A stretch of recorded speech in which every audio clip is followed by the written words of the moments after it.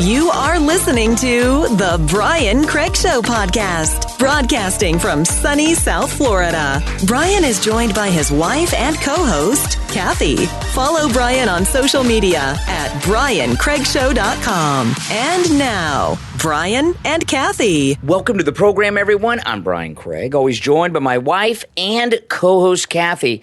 Oh, man, do we have a lot to talk about today. And today was the day. You mark this on your calendar. Today is a big day in American history. Today is the day that Mayor Pete's political career was totally destroyed, and it is evaporated. His career is over. Mayor Pete went to East Palestine today, and it has been a disaster. It was a disaster before he got there, but since he set foot on the ground in Ohio, it has imploded, and there has been nothing but just blunder after blunder. And I know a lot of people, when I say this, a lot of people say that's never going to happen. I'm not saying this is going to happen. I'm saying that this has been the plan until now of the Democrats and Mayor Pete. They've been grooming him. Yeah, they've been planning on running Mayor Pete for president or vice president at some point. Yeah. Okay? That is now over. Okay, this lack of any type of reaction to, other than his non-action in East Palestine Palestine after I know it looks like Palestine, right? East Palestine after this train accident. This is to Mayor Pete what Benghazi was to Hillary. And what happens to these people, Hillary Clinton and Mayor Pete are two examples of this. There's others like Kamala Harris. A lot of these people, like Mayor Pete and Hillary, they get promoted to these very high levels of responsibility and authority that they're not qualified for. Right. And then something happens and they don't know what to do. And they're so stupid, they don't even know that they don't know what to do. They still think they're competent. You know, what difference does it make? And that's what remember Hillary, that's what we got with Mayor Pete. So first of all, Mayor Pete, let's just talk about his appearance before we get into what else happened in Ohio today with him. Mayor Pete dressed in a way that is not cabinet level dressing when you go into an event like this. Now, yesterday, President Trump, when he went to East Palestine, he walked around, he wore his suit as he always does, and he did wear boots with his suit. And he walked around, he went everywhere and, went to McDonald's, ate, met with the people and everything. Mayor Pete, what he was wearing today was so bizarre. He was dressed, it was a mix between two types of people, okay? He was wearing goggles and a hard hat, which I don't understand the hard hat. I don't understand that either. I guess to protect from the acid rain that's falling in this town. It's not that kind of hat. You know, the way he was dressed. I don't think he knew what the hell he was doing. The way that Mayor Pete was dressed with the goggles and the hard hat looks like a kid who's in the 10th grade in high school doing a science experiment with that volcano thing that all the kids do, and they make you wear the goggles. And he was dressed like that. The hard hat, that's not even a real hard hat. That's a hard hat that they have people wear that like take tours of things. They don't, it's very bizarre. Yeah, it is. And then what he was wearing was just so bizarre. He was wearing this outfit. Okay, I mean, I don't know quite how to describe it. My first thought would be a construction worker, but no. Okay, the village people have a construction worker. If the village people had a construction worker who didn't do construction work, but held up the sign that said detour in the road while the real construction workers were working, that would have been what he was wearing below the neck. He was wearing this maybe a crossing guard.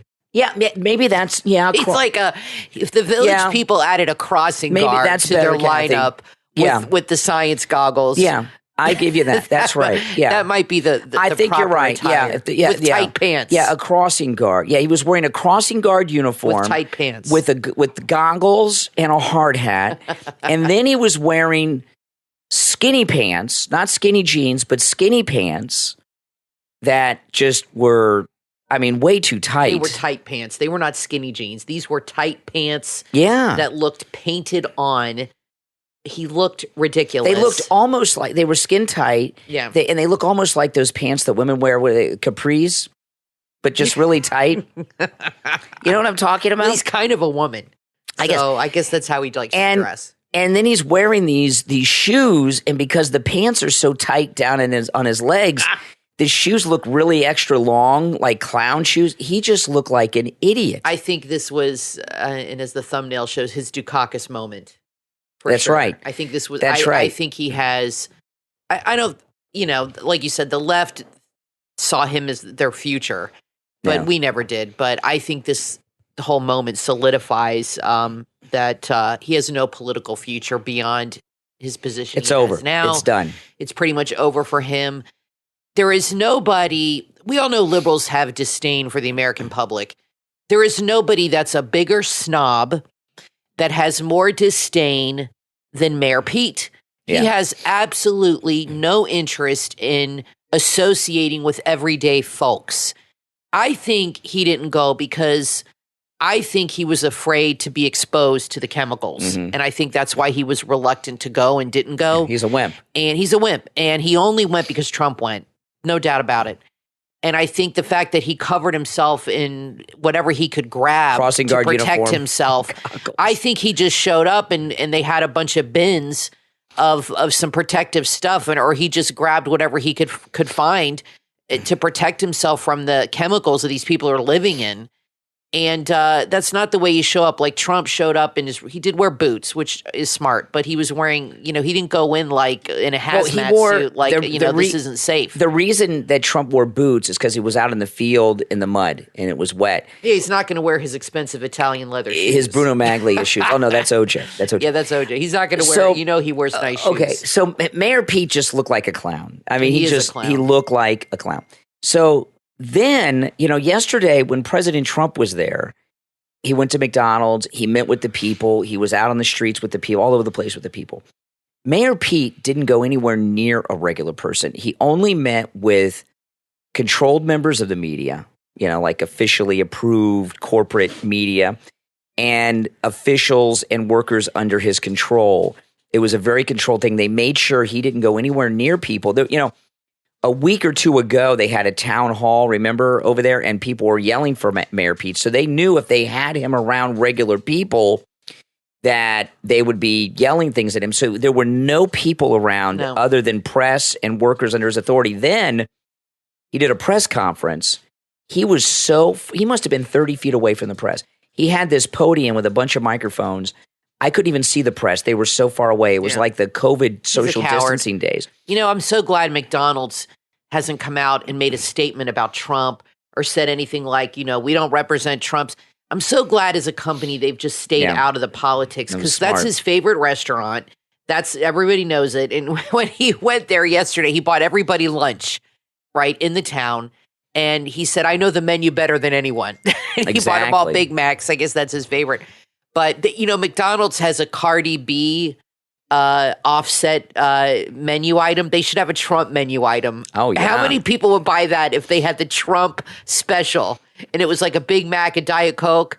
I tell you, I would run out and get that today. That would be awesome. But I'm glad McDonald's has not jumped on this bandwagon of politics. Yeah. Because I'm wondering if it's got to be good publicity for them.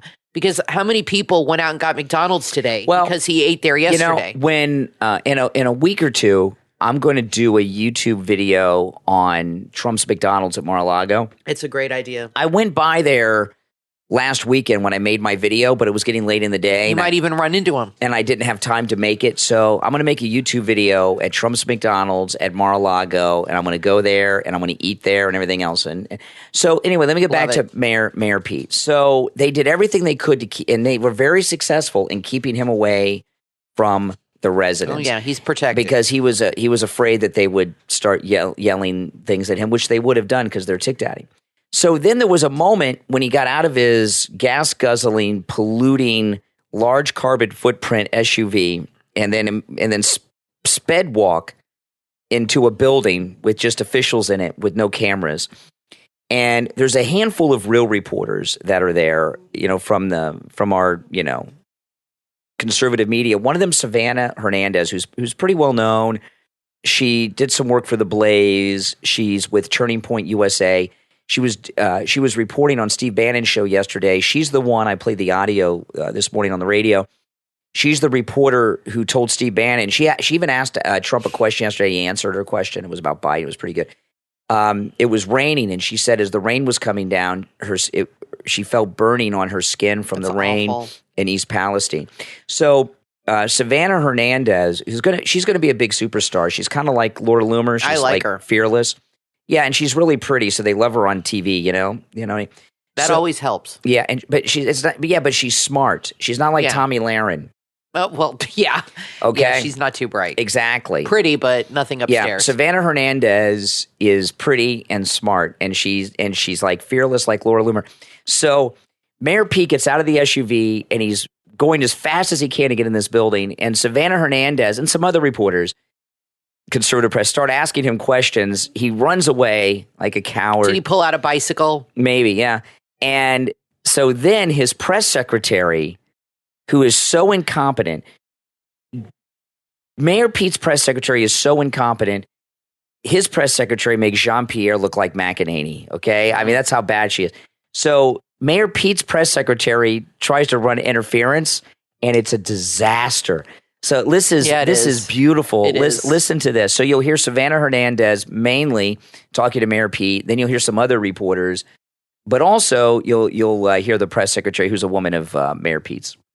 Thank you an entire 2.5 weeks to actually get here to respond to East Palestine. Will you apologize to the residents of this city for the slow response?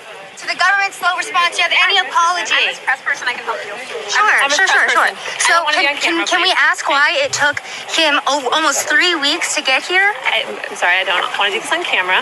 What was his personal time off while there was a tragedy happening here? And can we also ask too why he waited until President Donald Trump came here to actually make an appearance? This is a very important question that people across America would like to know. I'm happy to have a conversation with you. I do not want to be on camera.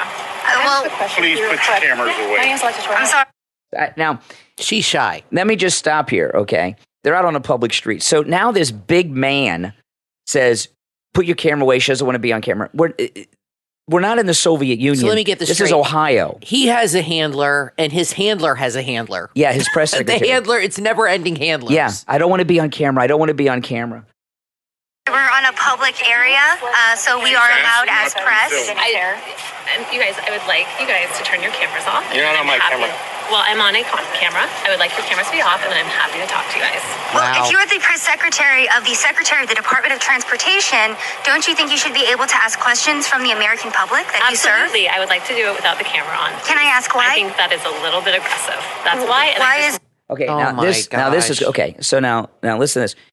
This is Mayor Pete's press secretary. Asking her questions on camera is a little bit aggressive.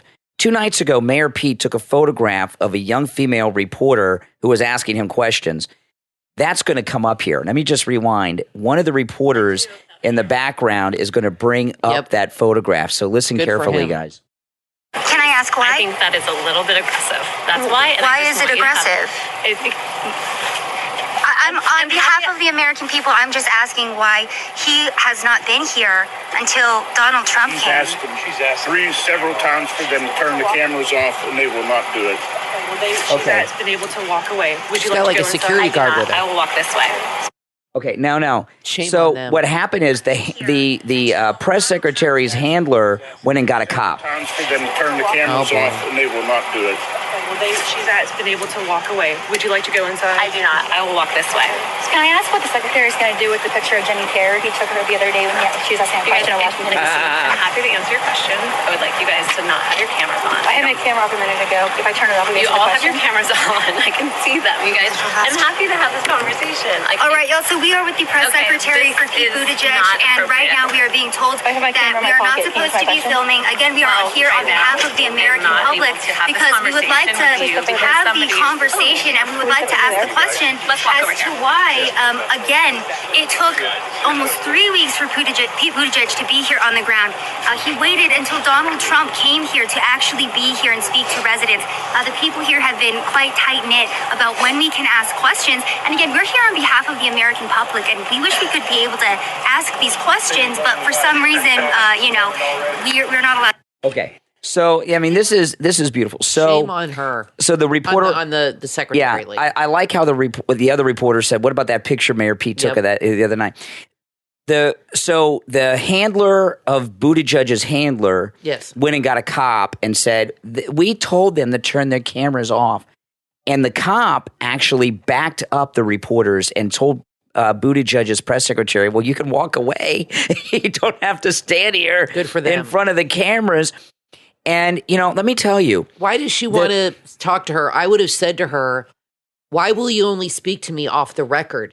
Yeah. Why will you only speak? What do you have to say that can only be said off the record? Well, you know what I mean? And this is what they like to do. They like to paint the right as aggressive and dangerous. That's right. And just doing their job. But that's what she's trying to do. Well, you're being aggressive. No, I'm just doing my job, and you're on a public place here. This is the end of now. Mayor Pete, he may still be around. He may head up one of the gay rights organizations. He'll probably run for Congress or something in the future.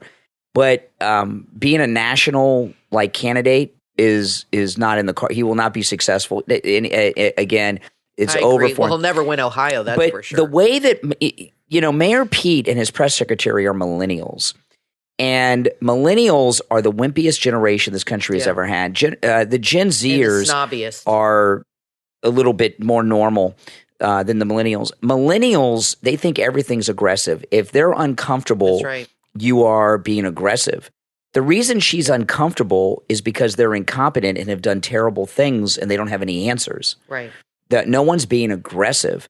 And, listen, let's take a quick break. And when we get back, there's more. And this is a historic day. Mayor Pete's political career was ended today. I don't think he knows it. He's pretty arrogant. But even in this exchange with Savannah Hernandez and the press secretary, there were no regular people around. There were no residents in as far as the eye could see, the residents have been cleared from their own community because Mayor Pete is afraid that they're going to call him names or ask him questions. We're going to take a quick break. When we get back, there's a lot more to talk about. Don't go anywhere. It gets worse. I'm Brian, always joined by my wife and co-host Kathy. Back after this. Calling all NFT collectors. There's a hot new drop you won't want to miss. Optimus Force is a collection of limited edition NFTs living on the blockchain. Based on NFT comic books created with blockchain technology, Optimus Force is a game-changing NFT project. Holders of Optimus Force NFTs get exclusive access to rewards, staking, giveaways, and future token releases. Optimus Force is backed by a team ready to bring innovation and fun back into the NFT space by working hard to create a flourishing and rewarding ecosystem for all Optimus Force NFT holders. Join the Optimus Force NFT ecosystem right now by visiting optimusforce.in and following Optimus Force on Twitter right now. optimusforce.in.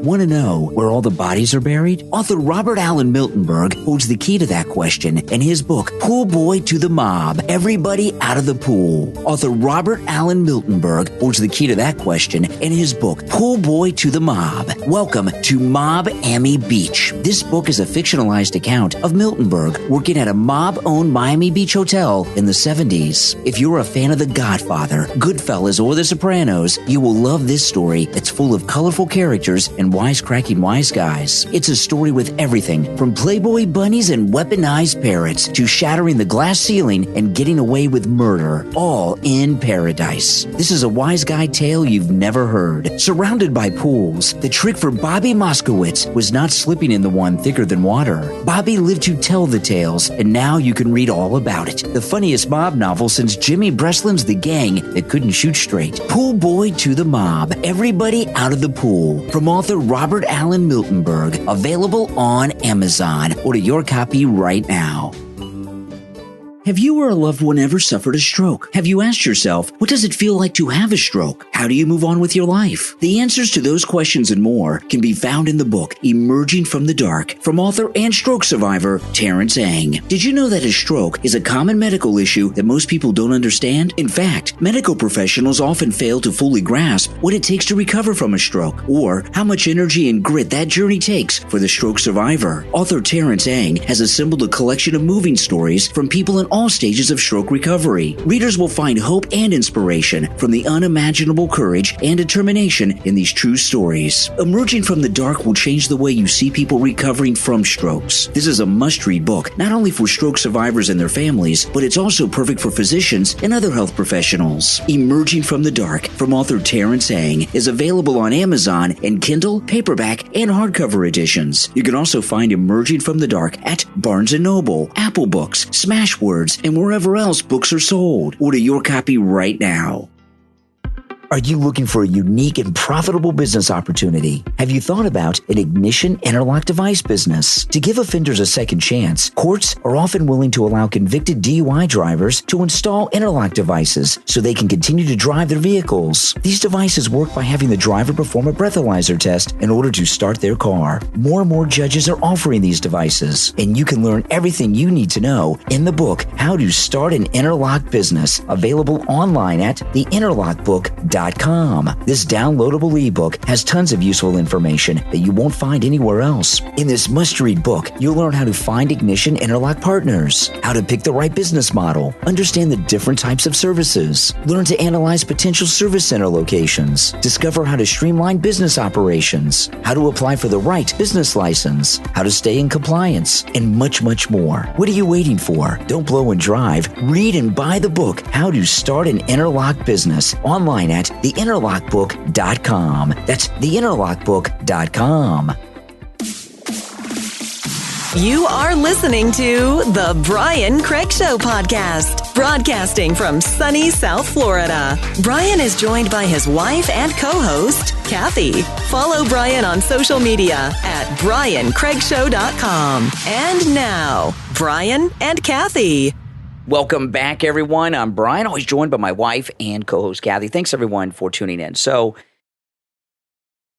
it's a good thing that he's been exposed this early on in his national career, Mayor Pete. You know, Secretary of Transportation, out of all the cabinet positions, these are big jobs, right? Secretary of Defense, Secretary of State, Secretary of Treasury. The Transportation Secretary job is the easiest of all of them and is considered a job that you just give to someone because you owe them a political favor. And that's usually what happens. Like President Trump made Elaine Chao, Coco Chao, Mitch McConnell's wife, Transportation Secretary. But Mayor Pete, since he's been Transportation Secretary, we had the supply chain problem. He didn't do anything about that. Yeah. The baby formula crisis. Yeah. Where we have babies starving in this country. And it's still going on, by the way. A lot of people, oh, it's over. Well, that's just because your baby has been weaned off of formula now, so you don't look for it anymore. Remember the tampon shortage? Yeah. You know?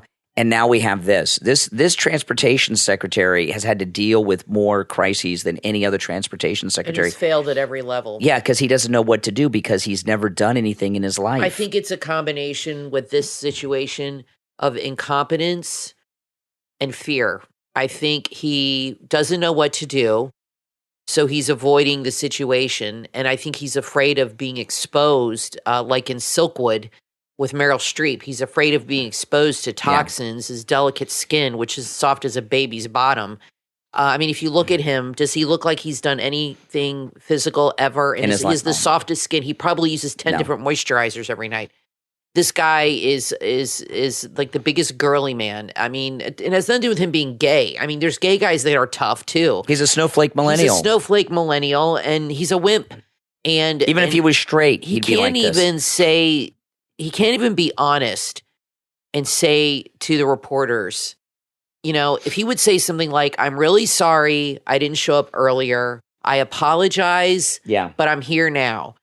If he would do that, I would have some respect for him for at least being honest and saying, you know, I messed up. I didn't realize I should have been here. Mm-hmm. But instead, he said, well, I was here in spirit. He actually said that My goodness. to that effect, that What he does was that here. mean? He was here. They were there from day one with the people, theoretically, or whatever word he used. So it means the transportation department. He was there in spirit. Yeah. And another problem they have there is their governor's useless. And I'm not sure. I think he did it now, but he did not declare a state of emergency right away. So you have to do that to get FEMA to get involved. And when we have a hurricane here, DeSantis declares a state of emergency like the day it hits. Before it hits. Or even before. So he said, I do that so the federal government, it opens those funds. He did not do that for a couple weeks. And I think if he went in and had a little humility and said, I'm really sorry, I screwed up, I should have, but he's not capable of being honest or sincere. It's just more avoidance and more disdain for people. I think he just really hates regular people. He's a snob. He's a big snob. And because he's had everything handed to him without having to accomplish anything. That's true. He doesn't know that he's incompetent. That's what's so scary. He doesn't know he's incompetent. Yeah. He thinks he's an accomplished person. So his career's over. Okay, so Biden, you've got to question everything. And, I question everything, including our own history, because you see them rewriting history as we are living through it. Now, Joe Biden, this thing with the air raid siren in Ukraine, the more times I see it, the more ridiculous it is. There was no air raid. It was a fake air raid.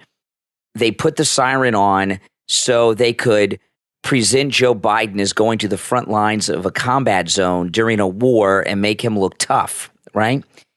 And I have a montage here of the mainstream fake news media.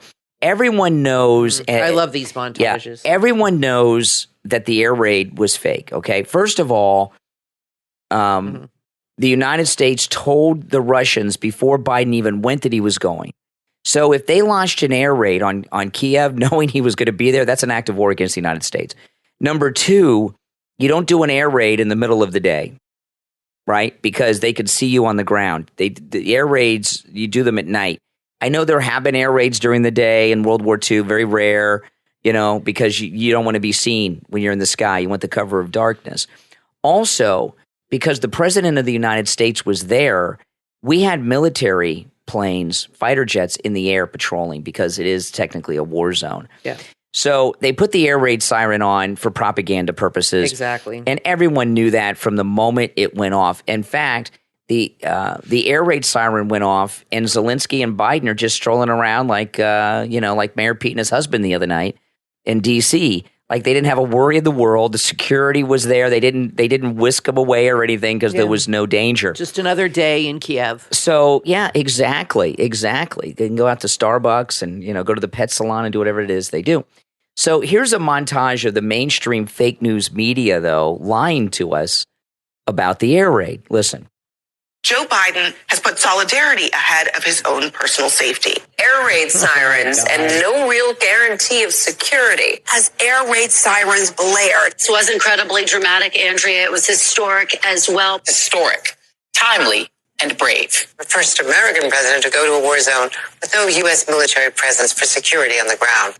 American presidents have made dramatic trips before, Nixon to China, Kennedy, Reagan to the Berlin Wall, and presidents have visited U.S. troops in war zones, but never like this. To find a day of this kind of presidential bravery in a war zone, you've got to go all the way back to 1864. With Biden's trip to Europe, he is welcomed as not only frankly the savior of Ukraine, but also the savior of Europe as a whole. It's historic. It's the first time that a U.S. president has gone into an active war zone that the U.S. military does not have control over. And against all odds, it was successful. The continuing threat quite literally sounding all around the two leaders. The skies here are not safe, and in fact, an air raid siren went off while President Biden was here. Seeing the American president there, walking the streets of Kyiv while air raid sirens literally sounded in that moment about possible incoming fire from Russia. The wail of an air raid siren. Air raid sirens wailing in the background. Seemingly undeterred by an air raid siren. Undeterred by the sound of air sirens. President Biden's ability with his aviators on to walk through in broad daylight in Kyiv. The swagger of this trip. Not just the execution of the secrecy, but the swagger of it on display on the streets of Kyiv. Why don't they just say he's got a big D while they're at it? He's got BGE.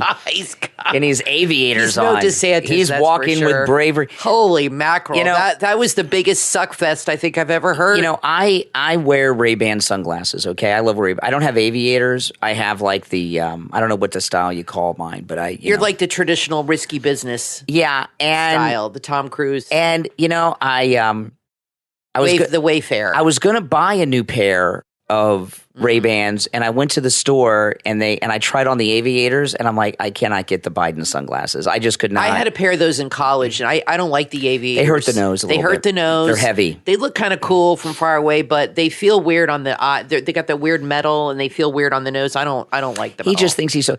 Now they're in love with him. This montage here. There's some famous names there: Andrea Mitchell, Rachel Maddow, Anderson Cooper. There's some famous voices in there. You got to wonder, and you guys let us know in the comments of the program, do they know that they're lying, that there was no air raid, or are they stupid, these people? What do you think, Kathy? I think that they are so far up Biden's rear end that they're Democrat. They're so far up the Democrat Party. They're just sycophants, and they'll say whatever to make him look good. He could go to the bathroom in public and on the sidewalk, and they would say it was a wonderful thing. You know what I mean? And this is not the first time they've pushed fake news. And now we all know that it was a phony stage thing. But that's how the news is. Anderson Cooper's got it. Phony and staged. Anderson Cooper and Rachel Maddow got to understand it's staged. Well, maybe not at first. I think they're so in love with him because he's a Democrat. This is like. You got to understand, these people that do this for a living, they're political junkies like we are. They like politics. They like news. That's why they go into this. And to them, Biden is like the ultimate rock star. I know it's hard to believe, but he's like, they adore him. He's, the president. He's a Democrat. So anything he does at first, they're going to say is wonderful, amazing. Remember when he was with all those reporters and... I tell you, he was eating ice cream and they said, "What flavor is that?" He said, chocolate chip. And they all went, "Ooh." I just was like, oh my God, this is ridiculous.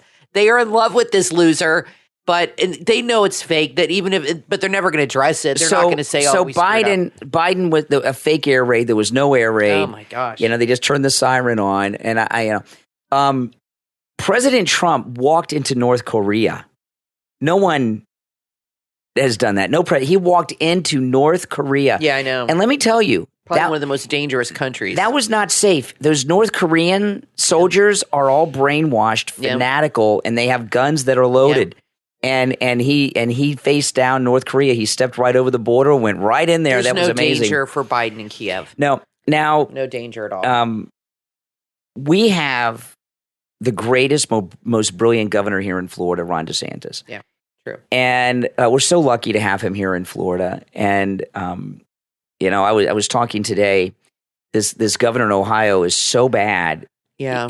I think Floridians should let Ron DeSantis know that we can loan him to Ohio for 2 weeks to fix the problems up there. But he's got to come back.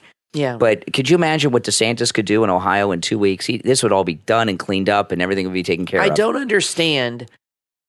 I will never understand why these politicians, particularly liberals, because it seems to always be them, why they don't just do their job. I don't understand why they don't do what they're meant to do, what they're elected to do. I think they're so ensconced in the red tape and the minutia of government. They're really big into, the hierarchy of it. Well, we got to do this first, and we can't get involved until step A, B, and C happens. And you know what I mean?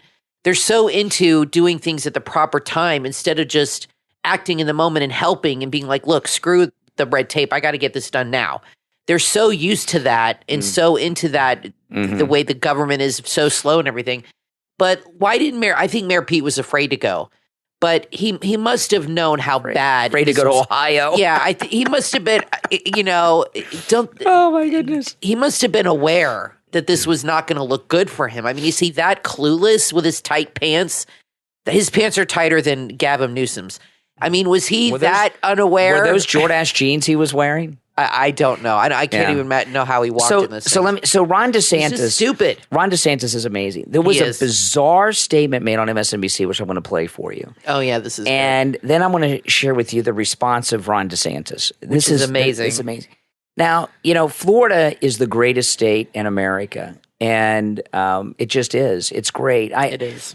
California is beautiful. We have better weather. They have better. I mean, it looks better. It's beautiful. They have beautiful mountains and everything. Yeah. And, every climate there is in California. They got snow, they got desert, and everything in between. But Florida is the best state. We've got the best weather. We've got the best governor. And I've been coming to Florida since I was 5 years old. I used to come here, and my parents divorced when I was 5, and my dad moved to Florida, and I used to come to Florida every summer in the 70s. And, and in fact, the first time I came to Florida was in 1976, and I tell this Kathy all the time, the first beach I went to, coincidentally, out of all the beaches in Florida, is the beach closest to our house today where we live, and it's just a total accident. Yeah. And that area still looks a lot like it did in 1976. It's nice there. Yeah. But anyway, the Florida is just beautiful, and I love Florida. And anyone who lives here loves Florida too. There's so much to love. Even before DeSantis, it was great, but it's better. Yeah, I feel lucky that I was born here and grew up You're one of the here. few. So anyway, so this guy on MSNBC just made this bizarre comment a couple days ago about Florida live on it was really weird. NBC. Listen. You run from Florida, it's all crystal meth and alligators, right? That's what people think. And I'm not saying that that's the case. I'm saying those are sort of the national reputations of those states. Okay. Nobody thinks that. Okay. Now, he said that when people think of Florida, they think of crystal meth and alligators.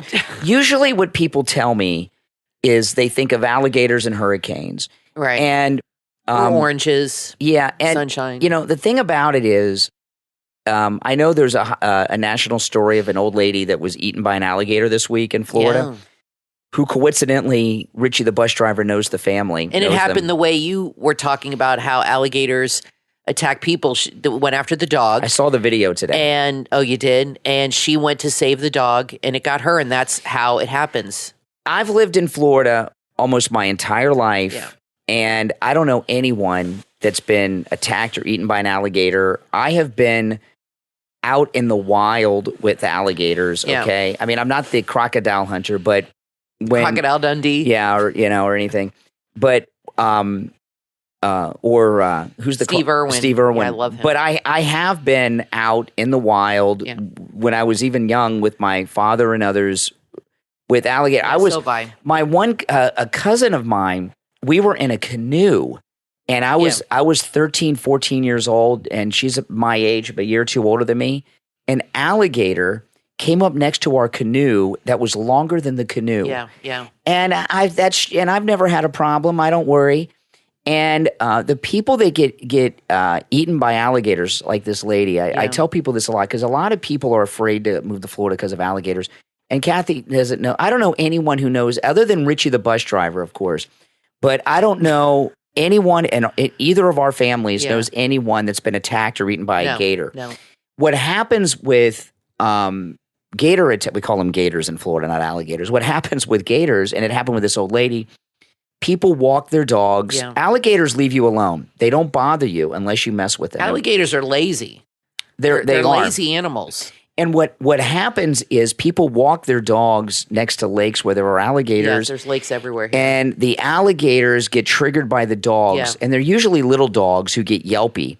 And this gator kind of snuck up to grab the dog. And then what happens is and they're small, they're easy prey. And then what happens is the owner of the dog who's walking the dog tries to save the dog. And most of the stories, if you read them, they'll tell you the gator bites the arm and then they pull them in the water. This is what happened to this woman. And they drown you. They don't eat you right away. They drown you and then they put you under a rock or something so you soften up and then they come back and eat you later. That's true. But anyway, back to this clip. Maybe I should play the clip again because we digress. Let me pull the clip up one more time. So people, he was talking about crystal when meth. they talk about Florida, people always tell me hurricanes and alligators, okay? And this is... You run from Florida, it's all crystal meth and alligators, right? Okay, it's all crystal meth and alligators. And I just thought that was so bizarre. It is bizarre. And I remember I was talking about that. I said and DeSantis' response is beautiful. It is. The alligator thing I get, the crystal meth, the only time I've ever heard I don't even know what crystal meth is or what it looks like. That's not my world. But the only time I've ever heard of crystal meth in Florida was Andrew Gillum, who ran for governor against Ron DeSantis the first time. He was the Democrat. They were calling him the new Obama. He lost, thankfully so, because President Trump endorsed Governor DeSantis. He wasn't governor yet. And not long after he lost the governor's race, he was found on the floor of a motel in Miami Beach, naked in his own vomit, and in the bed above him was a gay male prostitute who had little packets of crystal meth all around him on the bed. And other than that, I've never heard crystal meth in Florida before. Never. Well, listen to this. We're not known for that, guys. So listen to this. This is from Fox News. A Twitter account for Florida Republican Governor Ron DeSantis hit back at MSNBC's guest host, who said the governor may not appeal to voters because Florida is all crystal meth and alligators. And this is what was tweeted on Governor DeSantis' Twitter. This is beautiful. Listen to this. I love it. He's the best. This is DeSantis talking. It's not audio. It was on Twitter, okay? MSNBC contributor Dr. Jason Johnson, that guy's a doctor, claimed that when people think of Florida, they mostly think of crystal meth and alligators. Now, again, this is Governor DeSantis talking. Dr. Johnson would know all about that because he came to Florida to campaign for Andrew Gillum, later found passed out in a hotel with crystal meth. That's a great answer. He's got an answer for everything. Oh, my goodness. I love him. So He's so sharp. Yeah, so this guy Johnson up there, doctor whatever, he's got crystal meth on the brain. Maybe he thinks of crystal meth I don't know. Florida because he knows Gillum. I don't know. That's a stupid thing to say. Not for the doctor. Not Ron for DeSantis. Ron DeSantis is so good with the comebacks. He's so good with the comebacks. Isn't he? He really, yeah. But, he's like a computer. And I'm not just saying in this sense, but when you see him locally with, he does a lot of press conferences locally here in Florida almost every day. And when you watch them, he has a really good answer for any reporter, especially the ones that really challenge him and try to make him look bad. He always has a smart answer. Mm-hmm. It's like he just memorizes, especially during like COVID and all that. He had all the stats, all the information. Yeah. And they would present him with something. He'd say, that's not true. If you read X and X and X, this is what it really means. He's very intelligent and he has a very good memory. He remembers everything. He's like a computer. That's right. He's amazing. Now, I want to take a moment to thank all of our Patreon supporters for their support of the program. Thank you so much. And if you would like to become a Patreon supporter and support, well, when you become a Patreon supporter, you're supporting all the content that I bring to you. And you guys know I bring a lot of content, right? Radio, YouTube, the podcast here with Kathy. Yeah, it's a lot of work. And you guys that are Patreon supporters, you're supporting all of that. And our top Patreon supporters, of course, get a live on-air thank you shout out on each and every podcast episode. But you top Patreon supporters, I don't know if you are all aware of this or not. The top Patreon, first names only, but the top Patreon supporters, you have your name listed in the description of every podcast episode. And also in my YouTube live streams in the morning, your names are there as well. I don't know if you're aware of that, but they are. So you can see your name. Like when I'm doing a live stream in the morning, you top Patreon supporters, you can see your name in the description of the live streams during the radio show in the morning. The names you will hear now are our top Patreon supporters. I want to thank Andrew and Connie. Christine called on the radio this morning. Yeah, that was a good call. ETW, Chuck, D, Pamela, Rick, Nick, Wesley, Macho, Rome, Wisconsin, Mike P, Paulette, Carlos, and Maria. You also get access to our Marco Polo group. If you are a Patreon, we give you that link to join the Marco Polo group. That is now for Patreons only. All Patreons get that access. And so that's another nice perk we have. Yeah. Too. And as I said, if you would like to become a Patreon supporter, there's a link in the episode description, and there's also a direct link on my website, BrianCraigShow.com. I want to mention our Facebook group, Brian Craig Show. We have almost 3,000 members, very close. So please join that. Trump will be back on Facebook this summer, so you definitely want to get involved in that. I used to have thousands, tens of thousands, and Facebook purged them from me. And also MAGAmerch.shop is our T-shirt shop. We have T-shirts. Brian and I did all the designs, plus some mugs, and we have a lot of designs in there. It's a lot of fun, all MAGA, Trump-based, things like that, a few other cute things. MAGAmerch.shop, as well as the Facebook group. Check those out. Yes, we're starting from scratch with Facebook. Oh, I know. It's terrible. It's terrible. But we'll get back up. We got a lot of people joining up every week, and we post articles. There's good discussions. Oh, I showed you that article right there on my phone. If you want to talk about when we get back, about how they're increasing the military presence in Taiwan right now. Yeah. They're escalating things. Biden is going to, like Trump said, drag us into another world war. And that's what's going to be happening now. Yeah. Well, listen, we'll take a quick break. We'll come back, talk about that. And, I've got something you won't want to miss. I've got a liberal so busted. Ooh, that's always fun. That I'm going to play in the next segment. You will not want to miss this. This is really cool. All right. You're going to love this one.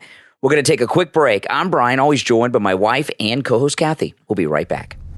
The new book from author Jose Mauricio Mendoza, Golden Trump Statue, An Immigrant's Journey, is now available. Author Jose Mauricio Mendoza appreciates President Trump, his policies, and the United States. In this book, the author intends to share what he's learned being brought to this country as an undocumented immigrant as a baby and grew up to be a devoted American to his core. Golden Trump Statue illustrates the entire process of creating the Golden Trump Statue, iconic in its own right and nicknamed the Golden Calf. The Golden Trump Statue has appeared at Trump rallies, CPAC, and at the front gate of Donald Trump's home, Mar-a-Lago. It's been covered on CNN, Univision, Politico, The Tonight Show with Jimmy Fallon, The Late Show with Stephen Colbert, the BBC, Inside Edition, The Washington Post, and many other media outlets. Order your copy of Golden Trump Statue, An Immigrant's Story, from author Jose Mauricio Mendoza. Available on Amazon, BarnesandNoble.com, and the author's website, josemauricio.net. If you're into spirituality or manifesting with the law of attraction or the law of assumption, check out askyoursoul.org, where you will find a lot of unique digital manifestation-related products that will help you change your life and become the best version of yourself. Askyoursoul.org also offers beautiful customized jewelry and other great tools to help you on your spiritual journey. Go right now to askyoursoul.org. That's askyoursoul.org. Are you looking for inspiration? Are you ready to move from being tired to being inspired? Work can be stressful and a burden, but it doesn't have to be. Now is the time to take the first step to improve your well-being and your quality of life. You can regain your enthusiasm and enjoy what you do with the book Burnout Recovery Guide for Female Entrepreneurs from author Cassia Richter. In this must-read and life-changing book, you will find that perfect balance so everything can fall into place for you. All the strategies and tools you need are found in this informative and useful book. Burnout slowly creeps to the surface and can easily steal your joy without you even noticing it. By learning to watch out for the signs and find solutions before it's too late, you can avoid its detrimental effects. If you want to have it all, a thriving career, pristine mental health, and a happy family life, then buy this book today. Burnout Recovery Guide for Female Entrepreneurs from author Cassia Richter is available on Amazon and at wellbeingstrategist.com. When you give a gift, you want to give a gift that's special, memorable, as well as unique. And that's what you will find at Lavington Designs on Etsy. Lavington Designs is an embroidery shop stocked with monogrammed and personalized gifts that are perfect for everyone you're gift shopping for every occasion too. Birthdays, the first day of school, anniversaries, holidays, or just to give a gift because you want to let someone know you care. Lavington Designs have hundreds of items to choose from: monogrammed home decor, ladies' fashions, men's gifts, gifts for children of all ages, including babies, wedding gifts, sports bags, and that's just the beginning. And everything can be personalized just for you. Visit the shop right now, online at etsy.com/shop/Lavington Designs LLC. View the inventory and start shopping for that perfect gift. And they offer free shipping. Etsy.com/shop/Lavington Designs LLC. Etsy.com/shop/Lavington Designs LLC.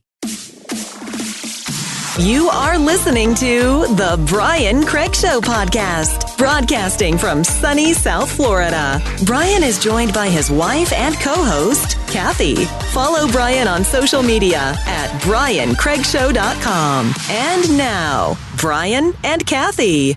Welcome back, everyone. I'm Brian Craig, always joined by my wife and co-host, Kathy. Okay, this is beautiful. Okay, Henry Louis Gates. Remember him? He was the Obama's friend who tried to break into his own house in Boston, and the police came. Remember all that, Kathy? Remember all that stuff? And he's got that show that he does where he goes through people's ancestry, right, with celebrities. Who was it, Kathy? Who was it he had on the other day we were watching? That jerk liberal actor. Oh, Jeff Daniels. Yeah, he had Jeff Daniels on. And what Henry Louis Gates likes to do, he's a critical race theorist kind of historian. He likes to bring on these liberal white celebrities and reveal terrible things about their past. So he had on, what was that guy's name again? Jeff Daniels. Jeff Daniels, who's a real liberal jerk. He was in that show, The Newsroom, with Jane Fonda a few years ago. Remember that crap? And Louis Gates reveals to Jeff Daniels that he had an ancestor who was a witness in the Salem witch trials. And he just was outraged he felt like Jeff Daniels, I saw this on YouTube.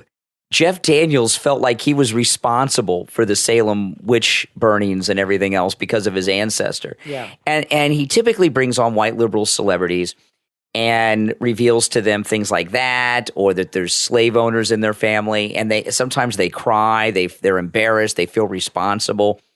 I don't know anything really about my ancestors. I know very little. My mother's adopted. I've done the Ancestry.com. I've gotten some information. It's very vague. I know a little bit, but not a lot. But you know what? I don't care. And I'm really not into that. And whatever they did in the past, my ancestors, it's good or bad, it's got nothing to do with me. But anyway, Louis Gates did one like I've never seen before. He had Angela Davis on. Angela Davis is a radical feminist, anti-white militant from the 60s and the 70s. And I'm not going to go through her whole bio. Look up Angela Davis. I mean, I don't know why she's not in prison, okay? If you go and read what should I pull some of it up just so, because I've never seen Louis. He must have run out of these white liberal celebrities to humiliate, so he's had to move on, And this one, it was just absolutely amazing. So I just pulled up her Wikipedia. We'll just go over it a little bit, okay? Angela Davis is an American political activist, philosopher, academic, and author. She's a professor at the University of California. She is a Marxist and a feminist and a longtime member of the Communist Party USA. She's a founding member of the Committees of Correspondence for Democracy and Socialism, and she's authored more than 10 books on class, gender, race, and the U.S. Penal system. She's also she's black, so she's like militant person, right? And let me go through her background, because I don't think a lot of people remember Angela Davis. Some of you are probably too young to remember Angela Davis, and she's kind of been forgotten. So just let me give a little background before I play her family history reveal by Henry Louis Gates, okay? Let me skip through her bio here. Hold on. She came to the United States and joined the Communist Party. Okay. She came to the United States after she studied abroad, joined the Communist Party, and became involved in numerous causes, including the feminist movement and the campaign against the Vietnam War. In 1969, she was hired as an assistant professor of philosophy at UCLA. She was fired due to being a Communist Party member. She went to court. She won. They hired her back. They fired her again. In 1970, this is Angela Davis. In 1970, guns belonging to Angela Davis were used in an armed takeover of a courtroom in Marion County, California, in which 4 people were killed. She was prosecuted for 3 capital felonies, including conspiracy to murder. She was held in jail for over a year before being acquitted of all charges in 1972. In the 70s, she visited the Eastern Bloc countries in the 70s and 80s. She ran as vice president of the United States as the nominee of the Communist Party USA. And it goes on and on and on. Okay, she's also won the Soviet Union's Lenin Peace Prize. She's basically an anti-American. She's a black militant, anti-white, anti-American communist. And the 1619 Project, I mean, that was her reality before the 1619 Project ever existed. Okay, just to give you some background. So Henry Louis Gates, that's only some of her prestigious resume. So Henry Louis Gates brings her on and does a big reveal to her. And I'm surprised they actually went through with this show. I can't believe this is aired. That they didn't scrap it. I know. Crazy. I'm surprised this made it to air. Listen to this. So here's Henry Louis Gates with Angela Davis. Any idea what you're looking at? That is a list of the passengers on the Mayflower. No, I can't believe this. No. My ancestors did not come here on the Mayflower. Your ancestors came on the Mayflower. No. You are descended from one of the 101 people who sailed on the Mayflower. Oof. That's a little bit too much to deal with right now. Did you ever, in your wildest dreams, think that you may have descended from people who laid the foundation for this country? Never. Okay. Now, wow. A lot of people claim to be Mayflower descendants. That's a big deal. She should be proud of that. Well, that's crazy. Yeah. A lot of people claim to be Mayflower descendants and are not and are frauds because being a Mayflower descendant is a big deal. Absolutely. It's a big deal. And most people would be amazed. Angela Davis. Yeah, that'd be exciting. This moment with Angela Davis, she's an old lady. She's almost 80, right? She was born in 1944, so she's like 78 years old or something now, right? Everything she's fighting against that she hates about America, she now feels that she's responsible for it because her family were some of the first that came here. Her family started this whole thing. She wouldn't be here if it wasn't for the Mayflower. Yeah, exactly. Yeah. And this is such a massive revelation to someone. And I know a lot of you don't know Angela Davis. Yeah. So really go to appreciate this, go on YouTube and look her up and see some of the, I know I read some of them, but go and watch her talk back in the day. I mean, she's like the Black Panthers back in the 60s kind of talk. Malcolm X kind of talk. Plymouth Rock landed on us. We didn't land at Plymouth Rock, all that kind of stuff. I mean, if they would have found out back then, she would have been booted out of the Black Panthers and the Communist Party. Absolutely, she would not have been welcomed. She would not have been allowed in those radical circles. No. She wouldn't have been teaching at these liberal universities. It shows you how stupid it all is in this country. Everybody has such a mixed background, and that's what America's all about. When you go to countries like Italy or Switzerland, you don't see this mixture of people that have such a their ancestry is not as diverse as, say, somebody who's here, where you do it and they have Caucasian and some Black and some Italian and some this. And people in America from so many different places and then they marry and it just keeps spreading. That's why America's so great. It's the melting pot. But, that's a good thing. And that's why this whole thing with reparations and this whole thing is so stupid. Yeah. Because you don't know where your family tree will take you. Everybody is different. You know what I mean? I'm sure she was totally shocked. And I'm sure there's a lot of people in the Black community that have, especially because of slavery, there was definitely, some mixing of with the slaves and the slave owners. We know that happened. So there's a lot of descendants of slavery that have a lot of white in them too, that would have these, if they go back that far to the time of slavery, on the white side of their family, then a lot of them have those connections to the early settlers and things like that. So are they going to pay themselves reparations? Exactly. I mean, it's so ridiculous, this whole thing of us having to pay for things that happened so long ago that we had nothing to do with. She had nothing to do with her ancestors coming here, but they did, and that's why she's here. Because they came here, and she's a product of that family line. I find ancestry stuff so fat. Brian's not into it. I'm really into it. I trace my family tree back as far as I could go. And there's actually a book written about people on my dad's side, which I didn't know. But I find it really interesting and fascinating. I find it totally uninteresting. I have no care about it. I just because I don't have an interesting background. I don't know. Maybe that's what it is. But this thing with Angela Davis here with Henry Louis Gates, I would love. Sure she was unhappy. I would love to know what happened when the cameras were off. She must have gone nuts. I think she will convince herself and tell her friends that he's wrong. He's mistaken and they did not do the proper research. Yeah. But she is very light-skinned. I mean, you could tell by looking at her. She's definitely got some Caucasian in her. Well, it's obvious. She's a very light-skinned black person. What she's probably said over the years is that's the slave master in her. That there was a slave that was raped, and she's a descendant of a raped slave. Well, fine, but she's still a descendant. But her ancestor was on the first boat, man, the beautiful Mayflower. Well, maybe, but her family. I mean, that'd be cool. Her family, though, she might not be a descendant of slaves, not if they stayed in the North. The Mayflower was in the North, in New England. And if her family's from New England, then she wouldn't necessarily be a product Who knows?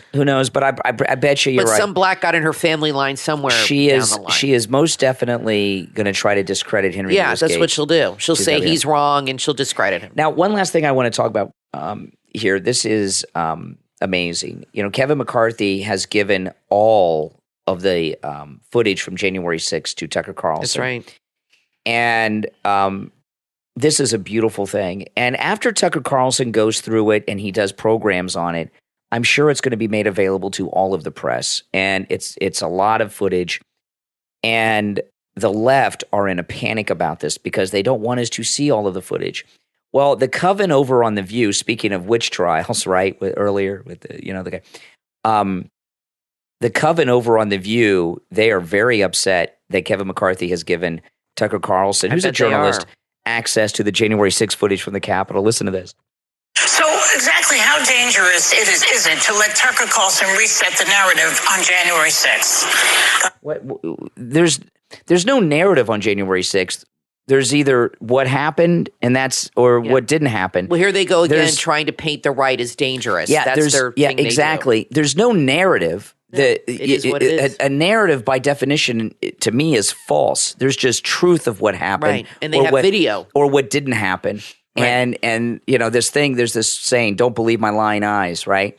Exactly. The footage shows whatever it shows. I don't know what the footage shows. I don't think they want people to see the cops opening the doors and welcoming people in. Come on in. I don't know, but when she says changing the narrative, that means they've got a false narrative that they're afraid will be challenged. That's right. So exactly how dangerous is it to let Tucker Carlson reset the narrative on January 6th?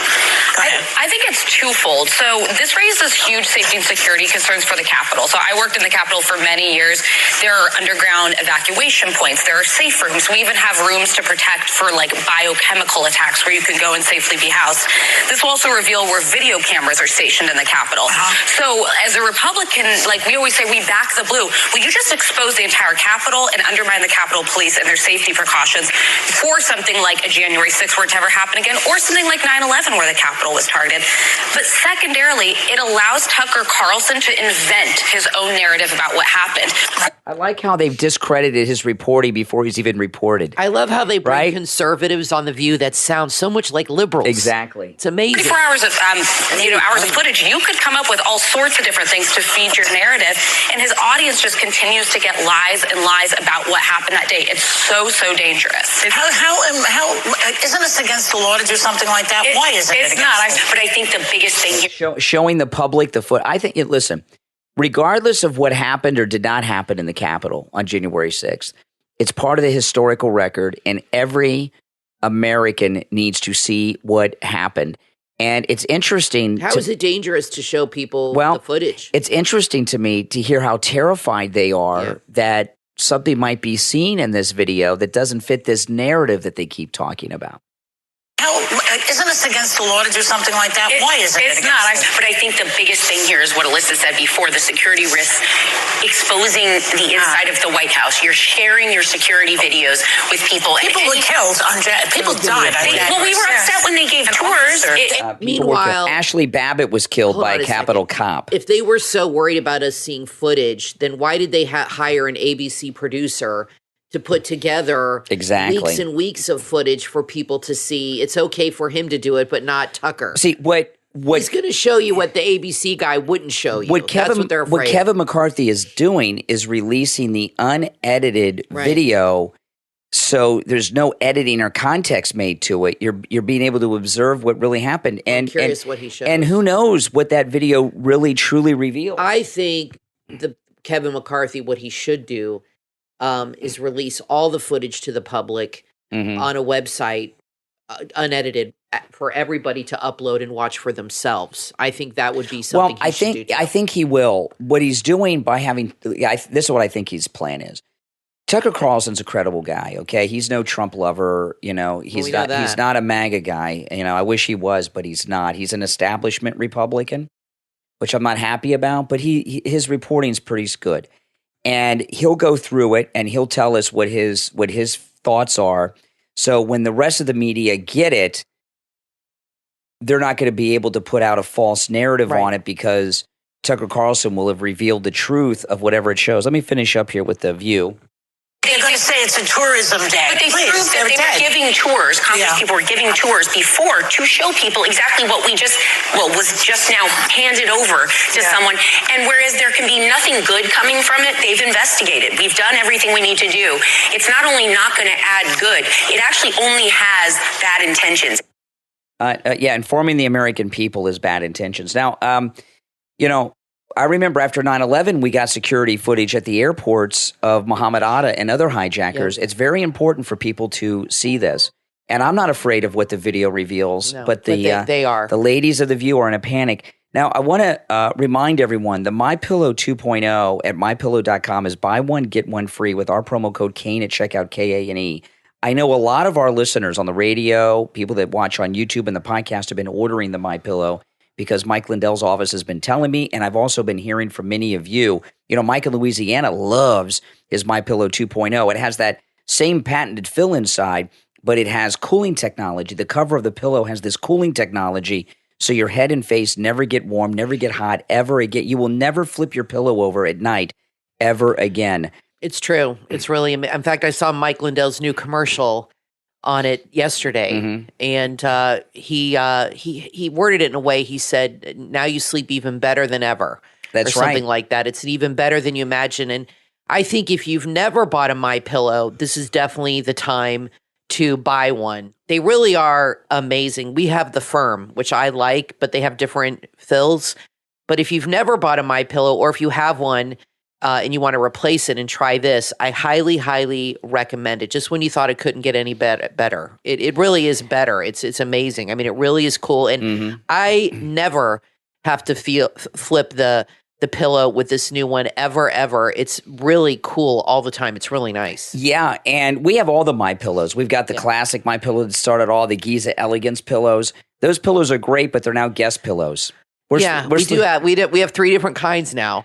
Yeah, we have all of them. I didn't think they could get any better, but he said it's a new fabric. It's a new technology, and it's the fabric that is on the outside of the pillow. He had a name for it. It's like a special thread that they use when they weave in the outside of the pillow, the casing. It's thick, it's soft, and he said it's some new technology that they use with the threading where it's like a cooling technology. It's really amazing. And it's buy one, get one free with our promo code Kane at checkout, K-A-N-E. Order yours, and it's also a great way for you to support the program and all the content that I'm connected to. K-A-N-E is the promo code. Buy one, get one free, the MyPillow 2.0. Well, we are all out of time for today. Everyone, thanks for tuning in. I'm Brian Craig, always joined by my wife and co-host Kathy. We will talk to you next time. Do you love cool gadgets and awesome TikToks? Then you need to check out Style of Desire on TikTok. They also have an online store, styleofdesire.com. Style of Desire carry items that are hot, trendy, and will make your life better. They have everything from electronics, home decor for the bathroom, bedroom, living room, the kitchen, skincare items, pet items, clothing, hair care, makeup and jewelry, items for men and women, oils, soaps, candles, sneakers, pet items, watches, sunglasses, glasses, and that's just the beginning. Enjoy free shipping on all orders over $50. That's right, free shipping, as well as 10% off your first order. Follow their TikTok at Style of Desire to see their latest and greatest products in action. That's Style of Desire on TikTok. They help families and children in Africa that count on them for food, clothing, schooling, medical needs, and more. So when you shop, you're helping those in need. Check out their online store right now, styleofdesire.com. That's styleofdesire.com.